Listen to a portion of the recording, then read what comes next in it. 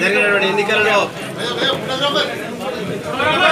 బ్రహ్మాండంగా విజయం సాధించి 119 సీట్లలో 88 సీట్లు టీఆర్ఎస్ పార్టీ గెలుచుకొని మరి మంత్రివర్గంలో రెండవసారి దేవాదాయ శాఖ మంత్రిగా, అటవీ శాఖ మంత్రిగా, అదేవిధంగా లా మినిస్టర్గా, న్యాయశాఖ మంత్రిగా మాకు బాధ్యత ఇచ్చే సందర్భంగా ఈరోజు బాధ్యతలు స్వీకరించిన కార్యక్రమానికి వచ్చినటువంటి గౌరవ శాసనసభ్యులు, అదేవిధంగా అధికారులు మరియు ప్రజాప్రతినిధులు, అదే అభిమానులు, ముఖ్యంగా నిర్మల్ నియోజకవర్గం నుంచి వచ్చినటువంటి నాయకులు, కార్యకర్తలు, పత్రికా విలేకరులు, ఎలక్ట్రానిక్ ప్రింట్ మీడియా అందరికి కూడా హృదయపూర్వకంగా నమస్కారం తెలియజేస్తూ ఉన్నాను.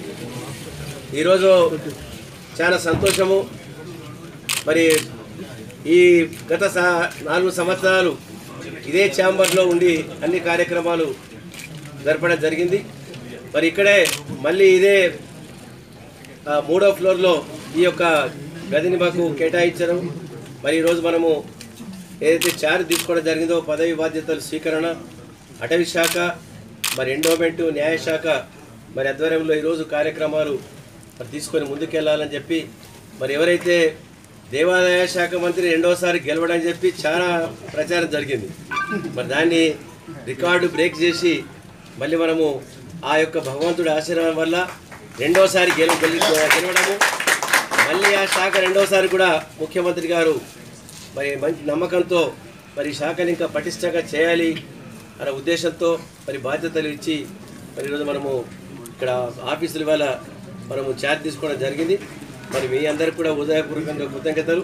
ఇక చెప్పడానికైతే చాలా ఉన్నాయి. ఇవన్నీ మనము ఇంతమంది మన అభిమానులు కలవాలి, మరి అందరినీ కూడా మనము అసెంబ్లీ కూడా ఉంది కాబట్టి సమయం తక్కువనందున మీరు అనేది భావించద్దు. మనం ఇంకొక రోజు కూర్చొని ఏ డిపార్ట్మెంట్కి ఆ డిపార్ట్మెంట్, ముఖ్యంగా అటవీ శాఖ గురించి మరి ముఖ్యమంత్రి గారు గతంలో ఏదైతే ఒక 15 రోజుల క్రితమే గట్టిగా రివ్యూ చేసి బాగా పటిష్టంగా మరి అటవీ రక్షించుకోవాలి, మరి జంగల్ బచావ్ జంగల్ పడావో అన్న నినాదంతో ముందుకెళ్తున్న సందర్భంగా మరి రేపు రాబో రోజులలో ఖచ్చితంగా హరితారంలో కానీ అటవీ క్షేత్రాలు కానీ కాపాడడం విషయంలో మరి గట్టిగా నూతన చట్టం తీసుకొచ్చి మరి కఠినంగా చూసి అందరి బాధ్యత ఏంటంటే అడవులను కాపాడితేనే మన మానవాళికి భవిష్యత్తు ఉంది, లేకుంటే లేదన్న దృక్పథంతో ముఖ్యమంత్రి గారి ఆలోచన విధానం అట్లా ఉంది.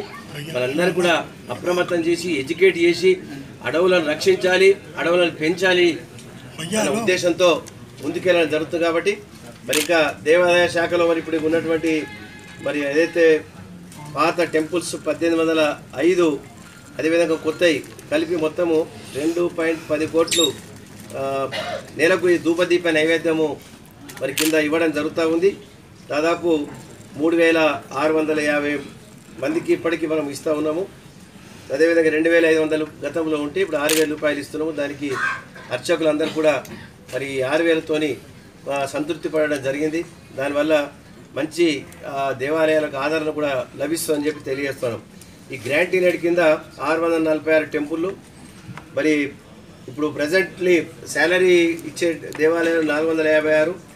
ఈ దేవాలయాలలో 2771 మంది మరి అర్చకులు ఉండడం జరిగింది. దీనికి ప్రతి నెల 8,14,00,000 రూపాయలు అర్చకులకు కూడా ప్రభుత్వ ఉద్యోగస్తులతో సమానంగా వేతనాలు ఇవ్వడం జరుగుతూ ఉంది.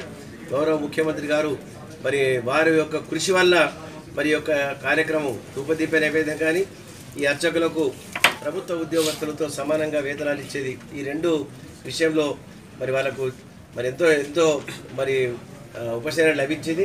దానివల్ల అందరూ కూడా సంతోషంగా ఉండడం జరిగింది. అదేవిధంగా ఈరోజు ఆన్లైన్ సర్వీస్ కూడా మనము గణేష్ దేవాలయంలో సికింద్రాబాద్లో ఇదివరకే మొదలు పెట్టడం జరిగింది. రేపు వచ్చే మే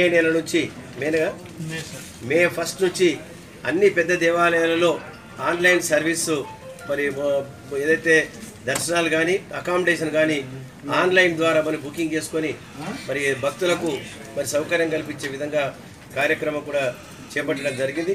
మరియు ఏదైతే ఇక మిగతా CGFలో కామన్ గుడ్ ఫండ్ కింద ఇప్పటికీ 1376 దేవాలయాలు 297 కోట్ల రూపాయలతో మంజూరు ఇవ్వడం జరిగింది. అవి వివిధ దశలో మరి నిర్మాణం జరుగుతూ ఉంది. రేపు రానున్న రోజుల దేవాలయాన్ని కూడా పూర్తి చేస్తే గతంలో సమైక్య రాష్ట్రంలో ఉన్నప్పుడు మనకి ఏ దేవాలయం గురించి ఎక్కడ కూడా మరి పునర్నిర్మాణం కొరకు కానీ పునరుద్ధరణ కొరకు కానీ ఎప్పుడు కూడా నిధులు వచ్చేది కాదు. 33% డిపాజిట్ కాంట్రిబ్యూషన్ కట్టాలన్నప్పుడు ఎవరు కూడా ముందుకు వచ్చేవారు కాదు. దాన్ని ఇప్పుడు ముఖ్యమంత్రి గారి యొక్క సలహాతో 20% తగ్గించిన తర్వాత ఇప్పుడు దేవాలయాల పునరుద్ధరణ కార్యక్రమం పెద్ద ఎత్తున జరుగుతుంది. దీనివల్ల రాబో రోజులలో కూడా గ్రామాలలో ఉన్నటువంటి దేవాలయాలకు వీకర్ సెక్షన్ కాలనీ కానీ ఎస్సీ కాలనీలు కానీ ఎస్టీ కాలనీలు కానీ గతంలో 3 లక్షల రూపాయలు ఇచ్చే కార్యక్రమం దాన్ని మేము 10 లక్షలు పెంచడం జరిగింది. 3 లక్షల దేవాలయం కాదు, దాన్ని మేము 10 లక్షల రూపాయలు ఇవ్వడం మూలంగా కనీసం దేవాలయం నిలబడుతుంది. ఏదైతే గౌరవ ముఖ్యమంత్రి గారి ప్రగతి భవన్లో ఉన్నటువంటి దుర్గా అమ్మవారి యొక్క దేవాలయం అది 10 లక్షల రూపాయలు నిర్మాణం చేయడం జరిగింది. దాన్ని ఆధారంలో తీసుకొని మరి ఆ దేవాలయంకు 10 లక్షలు గ్రామస్తుల కాంట్రిబ్యూషన్తో 2 లక్షల రూపాయలతో కంపౌండ్ వాల్ కట్టుకోవాలి. ఒక 50,000 రూపాయలు అర్చకుల కొరకు డిపాజిట్ చేయాలన్న మేము ఈ యొక్క కాన్సెప్ట్తో ముందుకెళ్తే చాలా దేవాలయాలు మంజూరు చేస్తూ ఉన్నాం. దానివల్ల ఏ గ్రామంలో వీకర్ సెక్షన్లో కాలనీలలో దేవాలయాల్లో అక్కడ నిర్మాణం కూడా చేసుకోవడం జరుగుతుంది. ఈ విధంగా ఇంకెన్నో కార్యక్రమాలు ఉన్నాయి.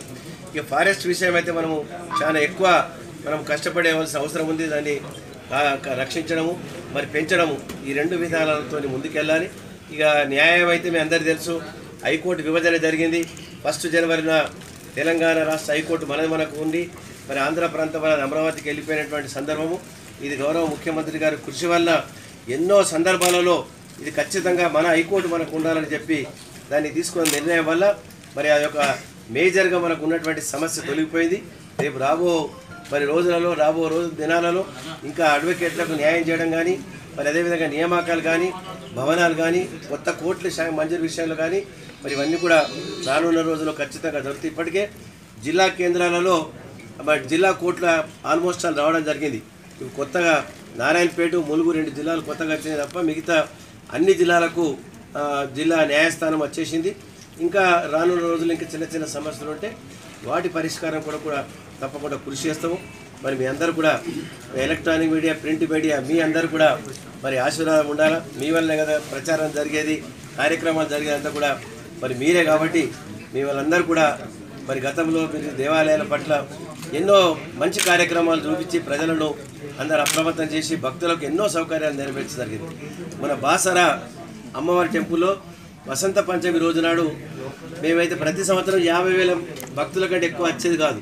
మరి మొన్న వసంత పంచమి రోజున బాసరలో 1,50,000 మంది భక్తులు వచ్చినారు. నిజంగా కూడా మేమంతా కూడా ఆశ్చర్యపోయినాము. అటు కర్ణాటక నుండి, అటు ఆంధ్రప్రదేశ్ నుంచి, తెలంగాణ, మహారాష్ట్ర ఇంకా ఈ విధంగా ఎంతో మంది భక్తులు వచ్చి మరి ఆ రోజు నిజంగా కూడా పోలీస్ శాఖ వారు చాలా మరి కట్టుదిట్టమైనటువంటి ఏర్పాట్లు చేసి అందరికీ భక్తులకు అక్షరాభ్యాస కార్యక్రమం, దైవ దర్శనం అవన్నీ కూడా చేయించి భక్తులకు ఎటువంటి అసౌకర్యం జరగకుండా చేయడం జరిగింది. ఈ విధంగా భక్తుల సంఖ్య దినదినము పెరుగుతూ ఉంది. ఏ పండుగలు వచ్చినా, ఏ కార్యక్రమాలు జరిగినా విపరీతమైనటువంటి పూజలు భక్తులు మరి జరుగుతూ ఉన్నది. వాళ్ళందరికీ కూడా రేపు రానున్న రోజులో ఎటువంటి అసౌకర్యం జరగకుండా అన్ని సౌకర్యాలు మెరుగుపరచడానికి ఇంకా దేవాదాయ శాఖను, అటవీ శాఖ రక్షించడంలో, న్యాయశాఖ న్యాయం చేయడంలో అన్ని రకాలుగా మేము ముఖ్యమంత్రి గారి ఆదేశానుసారం అన్ని కార్యక్రమాలు మరి పూర్తి చేస్తామని చెప్పి మరి మీ అందరూ కూడా ఈరోజు వచ్చిన ప్రతి ఒక్కరికి హృదయపూర్వకంగా కృతజ్ఞతలు, ధన్యవాదాలు. జై హింద్, జై తెలంగాణ.